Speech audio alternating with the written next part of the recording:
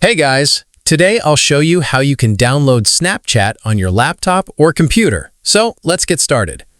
First, open the Start menu on your Windows 11 computer.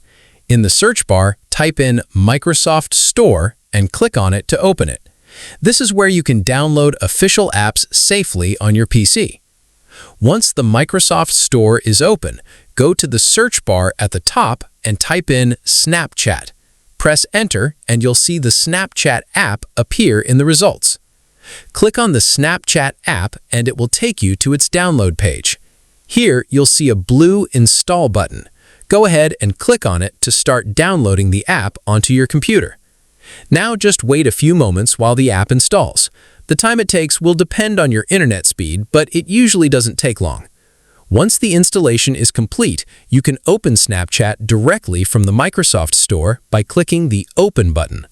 Alternatively, you can go back to your Start menu, search for Snapchat, and launch it from there anytime. After opening the app, simply log in with your account details and you're ready to use Snapchat on your laptop or computer just like on your phone.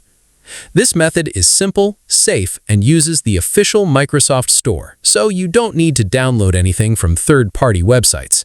That's it. I'll be back with more in the next video.